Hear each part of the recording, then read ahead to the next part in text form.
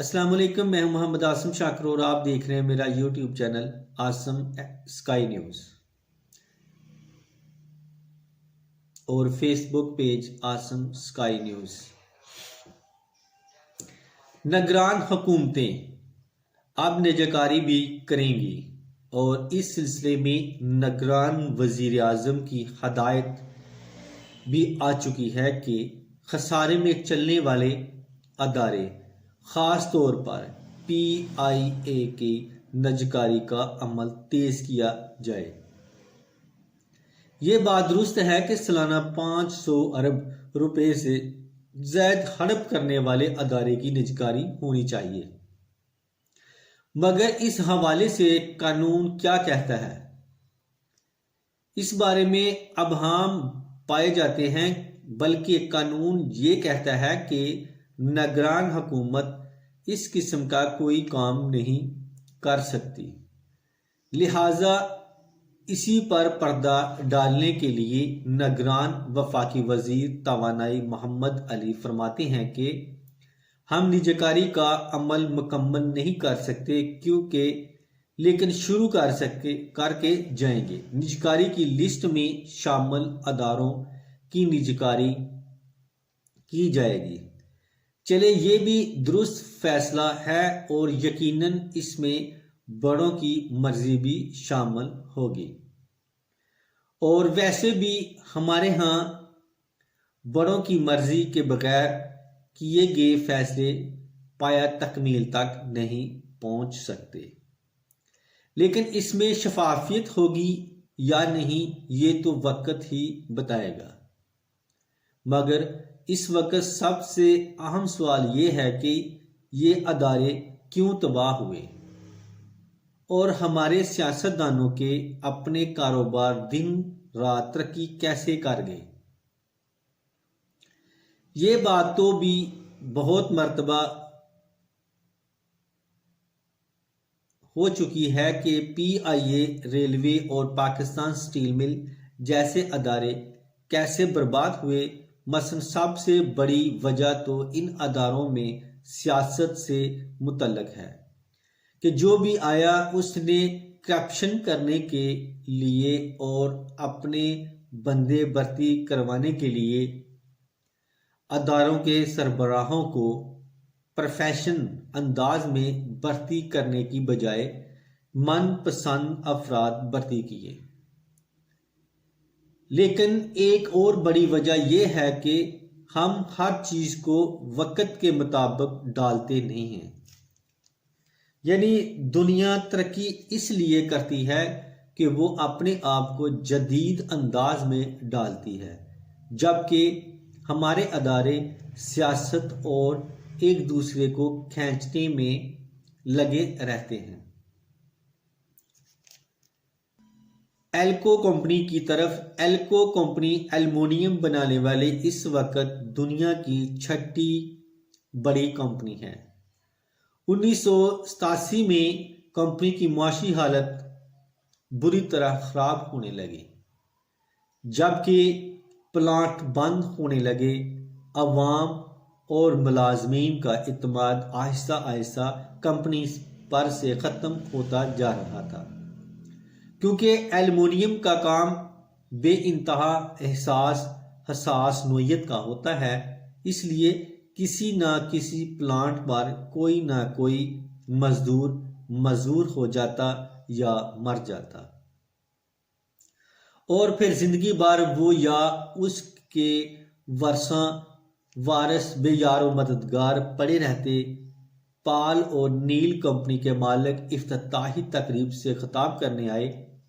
Company की policy, mission statement और अपने पिछले कारनामे गनवाने के बजाय उन्होंने अपने मुख्तसर से खिताब में कहा कि मेरे 3 मकासद हैं। पहला ये कि मैं इस बात को यकीनी बनाऊंगा कि कंपनी में हर शख्स को हर किसी से इज्जत और मोहब्बत मिले। दूसरा ये कि मैं हमेशा अपने मुलाजमीन की हिफाजत को मुकद्दम रखूंगा। किसी भी हालत में किसी किस्म को कोई समझौता सेफ्टी पर नहीं होगा।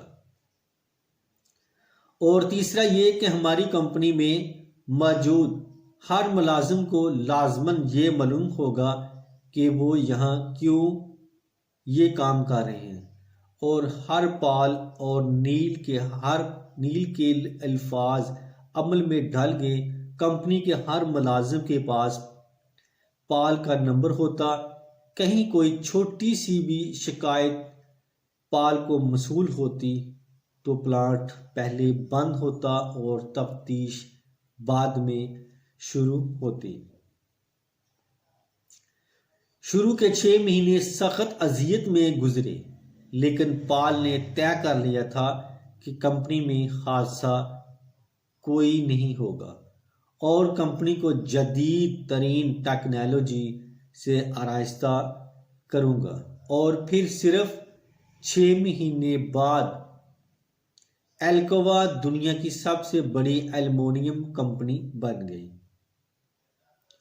2000 में जब पॉल ओनील कंपनी से रुखसत हुआ था तो उसका शुमार दुनिया की कामयाब तरीन CEO में होता था। और आप कमाल मुलाहिजा करें, वो इधर कंपनी से फारिग हुआ और इधर जॉर्ज बुश ने उसको अपना वजीर खजाना बना लिया।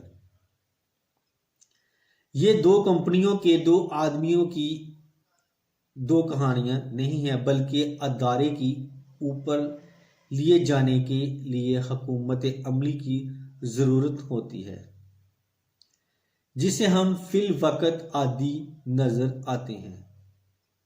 हमारे अरूज के अदारों में ऐसे अफराद को बतौर सरबराह तैनात किया जाता है जिन्होंने मुल्की मफाद की बजाय बैनुल-अक़वामी मालियाती अदारों और बैनुल-अक़वामी माफिया के अशारों पर ऐसी पॉलिसियां मुतारफ़ करवाई कि कौमी फ़ख्र कि ये अदारे मुल्क के लिए सफ़ेद हाथी बनेंगे और कौमी दौलत का एक बड़ा हिस्सा इन अदारों को जिंदा रखने के लिए खर्च किया जाता रहा। माफिया और सियासतदानों की तजावीज़ के मुताबिक हर हुकूमत, ख्वाह वो सियासी हो या आमराना, कि ये कोशिश रही है कि कौमी अदारों की निजीकारी की जाए। इसके लिए मरहलावार तैयारी की गई। पहले डाउन सीजन के नाम पर मुलाजमीन को बरतरफ किया गया और जब इससे भी काम ना चला तो बची खुची कसर राइट साइजेस के जरिए पूरी की गई। लेकिन मामला लटका रहा, बल्कि कई बार तो अरबों रुपए हमने इन्हीं चक्रों में ज़ाया कर दिए। और फिर ये भी देखा गया कि अफसरान रिटायर होने के बाद रिश्वत देकर या अकरबा परवरी की बुनियाद पर वो पोस्ट हासिल कर लेते, जिसके अलावा इख्तिदार नहीं होते। और इस कार खैर में ब्यूरोक्रेट्स, जज, जर्नैल सभी शामिल होते, जिन्हें मुतलका अदारे चलाने का तजर्बा तो नहीं होता, मगर माल बनाने का तजर्बा ज़रूर होता है। लिहाजा अगर इस हवाले से पाबंदी लगा दी जाए तो ये सबसे बेहतर होगा कि कोई जज, जर्नैल या ब्यूरोक्रेट्स रिटायरमेंट के बाद किसी अदारे का सरबराह नहीं लग सकता। लिहाजा ऐसा करने से पाकिस्तान का बहुत ज़्यादा भला हो सकता है। बहरकैफ कौमी अदारों को नफ़ा बख्श बुनियादों पर चलाने की सबसे बड़ी जिम्मेदारी अरबाब इक़्तिदार और अख्तियार की है। माजी में यही अदारे मुल्क में रोज़गार, टैक्स और कौमी पैदावार में इजाफे का अहम हिस्सा रहे हैं।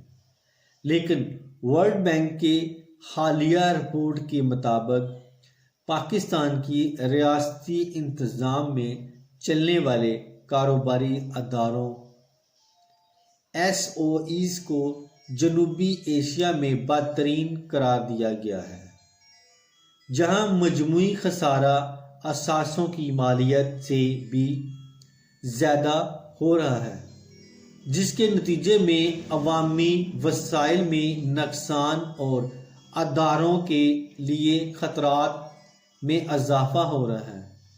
आलमी बैंक के मुताबिक सालाना बुनियाद पर सरकारी कंपनियां अपना वजूद बरकरार रखने के लिए अवामी फंड से मजमूई तौर पर 458 अरब रुपए से ज़ायद निगल लेती हैं और माली साल 2021 में ज़मानती GDP का तकरीबन 10% थी, जबकि 2016 में 3.1% थी। लिहाजा ऐसी सूरत हाल में इन अदारों की निजाकारी बेहतरीन अमल है, लेकिन इसमें शफाफियत का पहलू नज़रअंदाज नहीं किया जाना चाहिए, क्योंकि वतन अजीज़ पहले भी इस किस्म के तजर्बात से गुजरा चुका है। और होता यह है कि बरसरे इक़्तिदार टोले अपने ही लोगों को आगे लाता है और औने पौने अदारे फरोख्त करता है। इसकी बड़ी मिसाल अमेरिका में मौजूद रोज़वेल्ट होता है। जैसे कई मरतबा औने पौने फरोख्त करने की कोशिश की गई, फिर गुज़श्ता हुकूमत के एक वज़ीर ने ये कहकर बात टाल दी थी कि पाकिस्तान स्टील मिल अगर कोई 1 रुपये में ले उसको चलाना शुरू कर दे तो ये महंगा सौदा नहीं होगा। लिहाजा इस किस्म के खराफात से बचने के लिए हमें निजकारी के अमल में शफाफियत की ज़रूरत है। ऐसे में इसलिए कह रहा हूँ कि इस वक्त भी इस्लामाबाद के एक बड़े घर में बड़ी बड़ी मीटिंग्स जारी हैं, जिसका नतीजा कुछ निकले ना निकले, मगर वो इस बात पर एक इसरार ज़रूर कर रहे होंगे कि इन अदारों के साथ हुकूमत से नकदी कितनी लेनी है। यानी ये अदारे सरकारी भी रहेंगे और निजी भी। सरकार पर भी तनख्वाहों और पेंशनों की मद में बड़ी बड़ी रकम अदा करती रहेगी। लो कर लो गल। तो इसके साथ ही मैं अब इजाज़त चाहता हूँ। दुआ में याद रखना। अस्सलाम वालेकुम।